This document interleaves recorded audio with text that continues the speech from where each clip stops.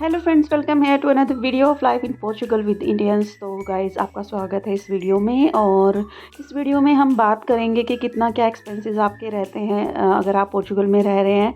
तो बेसिकली मेरे ख्याल से कुछ 4-5 चीज़ें हैं जिनके ऊपर हमारे एक्सपेंसेस डिपेंड करते हैं, जिसमें से कि रेंटिंग हो गया, बच्चों की स्कूलिंग है, उसके अलावा ग्रोसरी का कितना हमारा बिल आता है, या मेडिकल फैसिलिटीज़ हैं उसमें कितना एक्सपेंसेस होते हैं, या फिर ट्रांसपोर्ट। तो इन सब चीज़ों के बारे में बात करते हैं और एक एस्टिमेट लगाते हैं कि एक एवरेज मिडल क्लास लाइफस्टाइल जीने के लिए यहाँ पे आपका कितना क्या खर्चा रहेगा। ठीक है।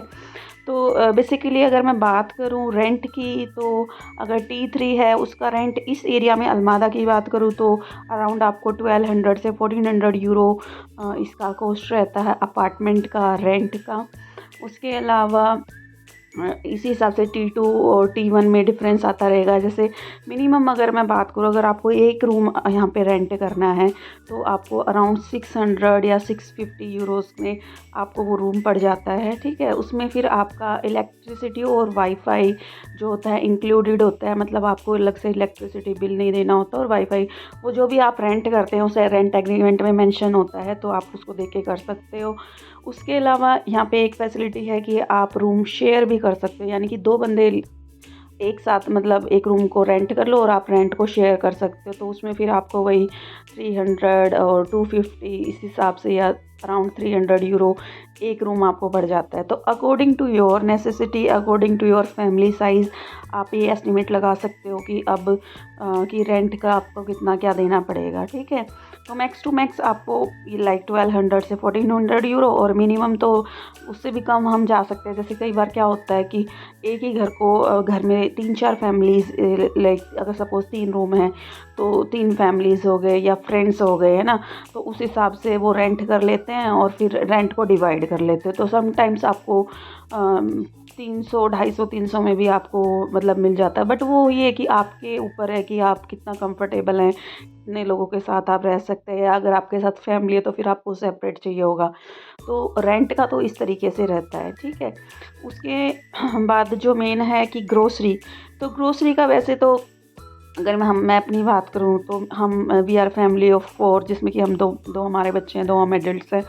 तो हमारा मैक्स टू मैक्स जिसमें कि इंक्लूडेड होता है कि हम बाहर भी खा लेते हैं, मतलब ऐसा नहीं है कि हम हमेशा घर पे ही कुकिंग करते हैं, यानी कि वीकेंड्स पे बाहर जाते हैं। वो सब इंक्लूड करके हमारा अराउंड 500 में मतलब लगभग हो जाता है। और उसमें ये नहीं कि हम लाइक सोच के खर्च कर रहे हैं या किसी भी चीज़ में हम कमी कर रहे हैं। और मैं यहाँ पे स्पेसिफाई कर देती हूँ क्योंकि I am a vegetarian one, तो हमारे घर में तो वेजिटेरियन ही बनता है। सो नॉन वेजिटेरियन थोड़ा शायद से एक्सपेंसिव होता है ना। तो उस तरीके से रहता है, यानी कि एक नॉर्मल सा अगर आपका लाइफस्टाइल है, यानी कि आप घर में कुकिंग कर रहे हैं, ठीक है, हफ्ते में 1 या 2 दिन वीकेंड्स पे बाहर भी जा रहे हैं, और तो आपका जो ग्रोसरी से रिलेटेड एक्सपेंसेस है वो अराउंड मे बी 500 तक ये होता है कि आप खुले हाथ से चीज़ें यूज़ कर सकते हैं। मतलब आपको कंजूसी नहीं करनी, बहुत अच्छा लाइफस्टाइल आपका 500 यूरोज़ के लगभग मतलब हो जाएगा। अगर फिर वो ये होता है कि भाई मैंने अभी आपको 4 जनों का बताया है, ठीक है, तो अगर मतलब आपकी फैमिली छोटी है तो फिर वो वैसे ही कम हो जाएगा, या आप सिंगल हो तो फिर वो और कम हो जाएगा। तो उस हिसाब से आप अपना एस्टिमेट लगा सकते हो। बट मेरे ख्याल से जहाँ तक है कि अगर एक सिंगल बंदे की मैं बात करूँ, अगर वो वीक में 1-2 दिन बाहर भी जाता है खाने के लिए, फ्रेंड्स के साथ भी चला जाता है, और वर्किंग डेज़ में लाइक और अदर डेज़ में वो घर पे कुक करता है अपना मील, तो अराउंड मे बी 200 यूरोज़ में उसका खाने पीने का अच्छे से हो जाएगा। सो मैक्सिमम तो देखो कोई लिमिट नहीं होती, बट ऑन एन एवरेज मेरे ख्याल से इतना ही आपको लगेगा। ठीक है। उसके अलावा जो तीसरा है स्कूलिंग, तो स्कूलिंग का ये है कि आपके पास 2 ऑप्शंस होते हैं। एक तो आप यहाँ के गवर्नमेंट स्कूल में बच्चों को कराते हैं, या फिर पब्लिक स्कूल में। तो गवर्नमेंट स्कूल हैं वो बिल्कुल फ्री हैं, तो फ्री ऑफ कॉस्ट है। और मतलब उसमें आपको बिल्कुल कुछ भी, एक भी मतलब स्टेशनरी तक का भी कुछ भी नहीं देना होता है ना। यहाँ पे आपकी मतलब सेविंग्स हो जाती हैं। लेकिन अगर सपोज़ करो आप अगर प्राइवेट स्कूल में बच्चे को एनरोल करा रहे हो, तो डिफ़रेंस ये है यहाँ पे गवर्नमेंट और प्राइवेट में सिर्फ़ कि मीडियम ऑफ टीचिंग का। तो यहाँ पे जो गवर्नमेंट है उसमें पोर्चुगीज़ मीडियम होता है, और जो पब्लिक स्कूल्स हैं सॉरी प्राइवेट स्कूल्स हैं उसमें इंग्लिश मीडियम होता है।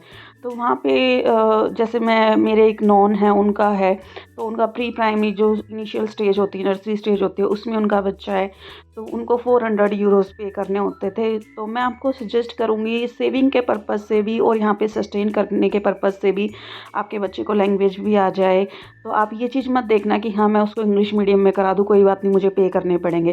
क्योंकि एट द एंड आप यहाँ पे इस कंट्री में रह रहे हो तो आपको लैंग्वेज सीखनी है। और यहाँ पे स्कूल्स में प्रोवाइड कराते हैं टीचर्स अलग से क्लासेस, जिसमें कि बच्चों को मतलब पोर्चुगीज़ सिखाई जाती है। तो आप ये कर सकते हो कि उनको गवर्नमेंट स्कूल में ही डालो, कोई ऐसा इशू नहीं है, बच्चे लैंग्वेज सीख जाते हैं, ठीक है।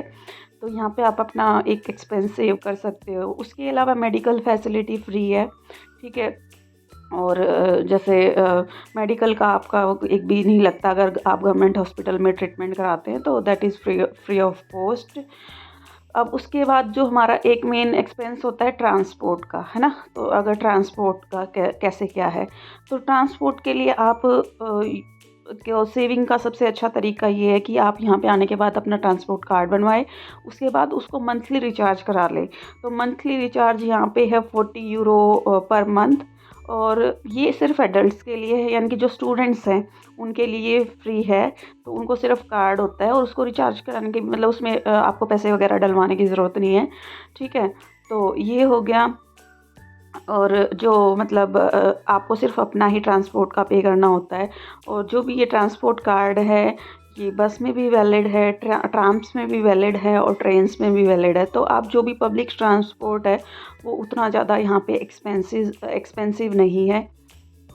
तो बेसिकली ये जो हैं ये कुछ मोटे मोटे खर्चे होते हैं हमारे, कि अगर हम यहाँ पे रह रहे हैं। तो रेंट का मैंने आपको बता दिया, एजुकेशन फ्री है, मेडिकल का बता दिया मैंने आपको, ठीक है। उसके अलावा ट्रांसपोर्ट का आप ऐसे कर सकते हो, भाई ट्रांसपोर्ट कार्ड है, आप उसको मंथली रिचार्ज करवाएं, फिर आप कितना भी मंथ में कितना भी ट्रैवल करें आपको 40 यूरो ही देना है। उससे मतलब एक्स्ट्रा नहीं देना, ऐसा कोई लिमिट नहीं है कि आप इतना डिस्टेंस ही ट्रैवल कर सकते हो। तो आपको एक रफ़ आइडिया मिल गया होगा कि अगर आप फैमिली के साथ आ रहे हो तो आपका किस तरीके से एक्सपेंसेस रहेंगे, और अगर आप सिंगल आ रहे हैं तो आपके किस तरीके के एक्सपेंसेस रहेंगे, ठीक है। उसके अलावा मील्स में भी आपको पे करना होता है स्कूल में, यानी कि अगर आपका बच्चा प्राइमरी सेक्शन में है ना, तो आपको पे करना है अगर बच्चा स्कूल से मील ले रहा है। तो उसका भी एक ईजी सॉल्यूशन है कि अगर आपका बच्चा आपका जो घर है स्कूल के आसपास है, तो उसमें क्या कर सकते हो, आप बच्चे को घर पे ले आओ और उसके हिसाब से मतलब जैसे यहाँ पे टाइमिंग्स होती हैं, जैसे 1-1.5 घंटे का लंच का टाइम होता है। तो वो आपके ऊपर डिपेंड करता है कि ऐसा कंपल्शन नहीं है कि बच्चा स्कूल से ही मील ले, यानी कि आप उसको घर पे लेके आ सकते हैं। तो आपको फिर वो जो मील का पे करना होता है वो भी नहीं करना पड़ेगा। और एक होता है कि हाँ चलो ठीक है बच्चा घर पे आके खा रहा है, तो like as a parent you will also like feel satisfied. तो आई होप थोड़ा वीडियो आपको इन्फॉर्मेटिव लगी हो, और जो भी क्वेश्चंस रहे हैं वो आपके यहाँ पे एक्सपेंसेस के रिगार्डिंग वो आपके फुलफ़िल हुए हों। तो अगर वीडियो अच्छी लगी है तो प्लीज़ मेरे चैनल को सब्सक्राइब करें, अपने दोस्तों के साथ शेयर करें। तो as such as compare to other countries I think Portugal is still काफ़ी इकोनॉमिक है यहाँ पे रहना, क्योंकि एजुकेशन फ्री हो जाती है, ठीक है। मेडिकल आपका फ्री है, ट्रांसपोर्ट पे भी उतना ज़्यादा नहीं है। आप रेंट वगैरह आप अपने हिसाब से मैनेज कर सकते हैं, यानी कि ऐसा नहीं कि आपको एक कंप्लीट अपार्टमेंट ही लेना है, आप रूम भी ले सकते हो इंडिविजुअल, या फिर आप उस रूम को भी शेयर कर सकते हो। तो ये चीज़ काफ़ी यहाँ पे फ्लेक्सिबल मुझे लगी। तो अगर आपके इस एक्सपेंसेस से रिलेटेड अगर आपके कोई भी और क्वेश्चन है तो आप मुझे कमेंट सेक्शन में पूछ लेना, मैं I will be happy to answer. So on an average अगर एक सिंगल पर्सन है तो मे बी उसका 800 यूरो 900 यूरोज़ में बहुत अच्छे से वो मतलब रह भी सकता है। और फैमिली के लिए अगर सपोज़ उसकी फैमिली पीछे इंडिया में है, या आप इंडिया से या किसी भी कंट्री से हो, तो उनके लिए सेविंग्स भी कर सकते हो। तो आई होप अगर आप आने का सोच रहे हैं तो it will be a very good decision for you, क्योंकि काफ़ी अच्छी कंट्री है रहने के लिए। वेदर अच्छा है, पोल्यूशन नहीं है, एयर क्वालिटी अच्छी है, सब कुछ अच्छा है। इवन एक्सपेंसेस भी उतने नहीं हैं as compare to other countries. तो if you want my opinion, you should once visit here and you can like come here.